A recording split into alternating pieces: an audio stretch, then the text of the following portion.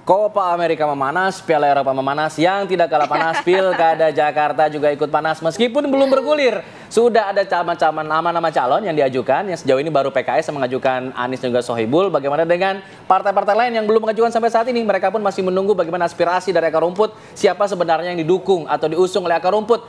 Berikut informasinya.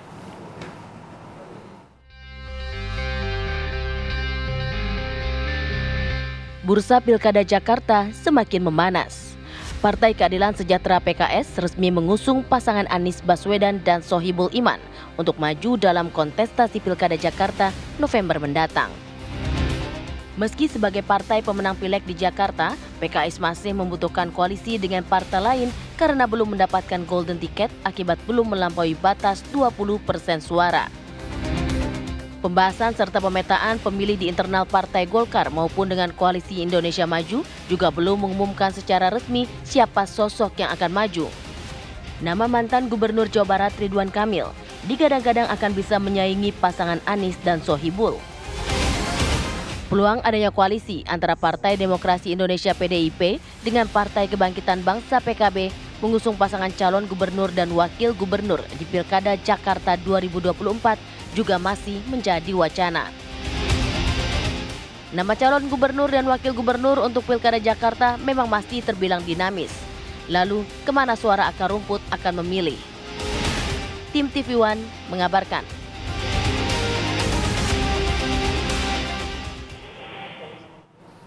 Saat ini para partai politik ini tengah berkomunikasi secara intensif untuk memikirkan kira-kira siapa yang dijagokan mereka untuk dalam laga merebutkan ya kursi nomor 1 di DKI Jakarta, Pilkada Jakarta. Untuk itu segera kami ajak Anda pemirsa untuk bergabung bersama kami dalam dialog pagi hari ini ya, supaya situasi semakin panas ya, kita bahas aja ya langsung ya. Sudah bergabung bersama kami ada anggota Dewan Pakar melalui Zoom, Bang Ridwan Hisyam. Selamat pagi, Bang Ridwan. Selamat pagi.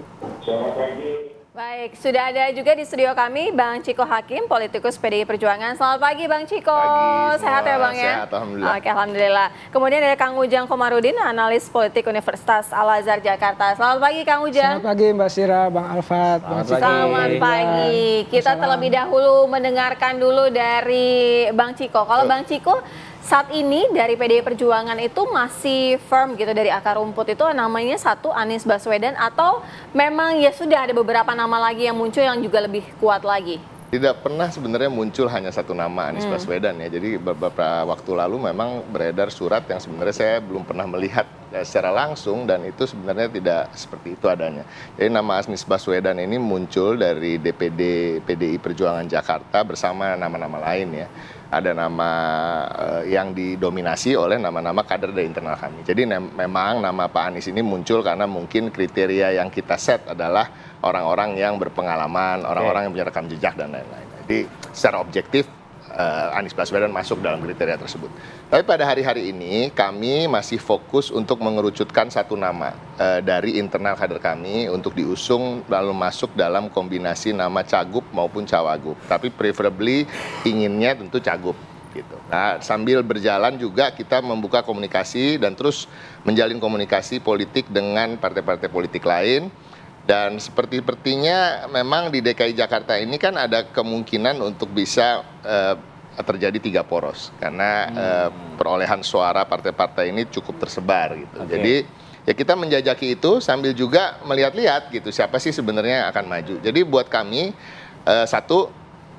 fokus pada mengerucutkan nama dari kader-kader kami sendiri. Ada Ahok, ada Jarot, ada Andika Perkasa, ada Risma, ada Pras, Ketua DPRD, ada Charles Honoris, dan ada beberapa nama lain. Dan bisa jadi ada nama yang memang belum muncul ke publik, tapi itu yang akan dipilih. Tapi karena pada akhirnya kita meyakini ini karena kebijakan yang cukup strategis, tentu apa yang akan menjadi keputusan Ibu Ketua Umum biasanya yang akan diikuti.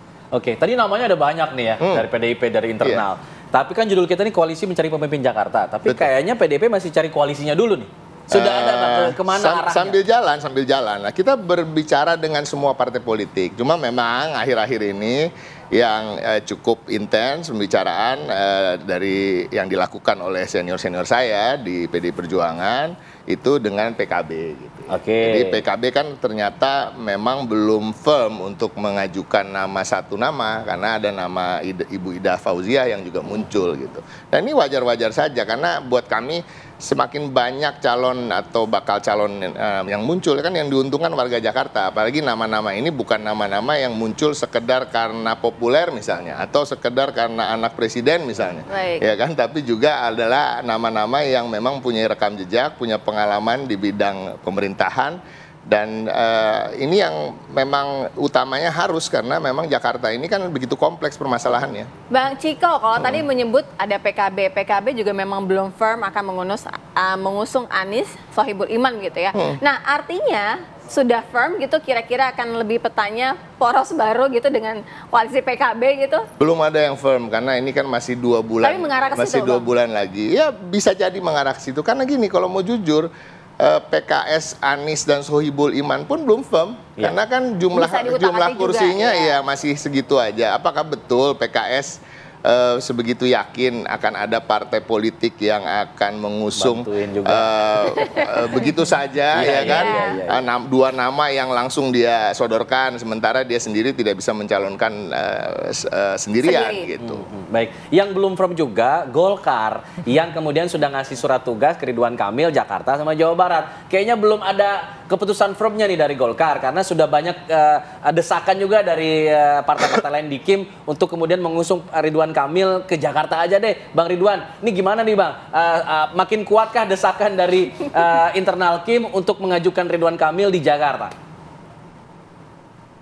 Jadi kita seperti tadi disampaikan bahwa Golkar ini telah mengeluarkan surat tugas di Jakarta. Ada 3 nama yang dikasih surat tugas itu sebelum pemilu yang lalu bulan Februari, surat tugas untuk memenangkan Partai Golkar di Jakarta. Yang pertama adalah Pak Ridwan Kamil, yang kedua adalah Ketua Golkar DKI, Mas Zaki, dan yang ketiga si Erwin Aksa. Nah dari ketiga ini rupanya yang lebih terfokus ke Pak Ridwan Kamil karena ternyata Ridwan Kamil bagus surveinya di mana di Jakarta karena ada juga spanduk-spanduk yang tertulis Pak Ridwan Kamil menuju Jakarta. Nah itu juga mempengaruhi sehingga Ridwan Kamil ini posisinya di Jakarta cukup lumayan. Kalau kita lihat hasil survei terakhir masih tetap Anies Baswedan sebagai incumbent. Yang kedua adalah Ridwan Kamil dan yang ketiga Pak Ahok yang juga incumbent. Nah jadi kami dari Golkar memang sudah ada peraturan organisasi yang dikeluarkan atau oleh Ketua Umum sebagai pegangan kepada semua DPD seluruh Indonesia bahwa kita berdasarkan hasil survei yang dilakukan. Dan survei itu berjalan terus. Jadi tidak di stop sekarang. Kita mungkin pada detik-detik terakhir pada saat akan pendaftaran di Agustus, baru kita akan menentukan sikap. Sama dengan pada waktu kita menentukan calon presiden yang lalu. Nah itu pada saat terakhirlah baru diputuskan bahwa Prabowo Gibran. Karena kita lihat memang hasil surveinya cukup tinggi. Nah ini kita lihat juga sekarang antara Pak Ridwan Kamil, ada Pak Anies dan ada Pak Ahok dan juga saya kira ada nama-nama lain yang tadi Bang Ciko tadi menyampaikan bahwa di PDIP juga cukup banyak. Nah sehingga kita nanti saya kira Partai Golkar akan melihat itu semuanya karena Partai Golkar tidak terfokus pada kadernya saja. Jadi memang kadernya adalah Pak Ridwan Kamil yang sudah dapat surat tugas. Tapi kita ini kan tidak bisa mengusulkan sendiri. Dan saya kira juga begitu PDIP yang periode yang lalu bisa mengusulkan. Tapi di hasil pemilu 2024 ini kan tidak ada satupun partai politik peserta pemilu yang bisa mengusung calonnya sendiri sehingga harus berkoalisi. Nah koalisi-koalisi inilah yang akan dijalankan. Memang kami dari Dewan Pakar itu melihat bahwa antara pilpres dan pilkada ini harus dilihat berbeda karena tidak bisa digebiah-uyah, dikamaratakan bahwa kondisi di Sumatera Utara, kondisi di Jawa Timur, kondisi di Jakarta atau di Sulawesi Selatan, di Jawa Barat itu dan lain-lain di Kalimantan itu sama semuanya, sehingga koalisi yang terbangun kemarin itu adalah koalisi pilihan presiden. Jadi memang kondisinya masih berbeda-beda. Kita juga akan mendengarkan sebenarnya kalau dari suara akar rumput ini mereka lebih menyuarakan Ridwan Kamil ini berada di Jakarta atau di Jawa Barat gitu. Nanti kami akan dalami lagi ya, usai jeda kami segera kembali.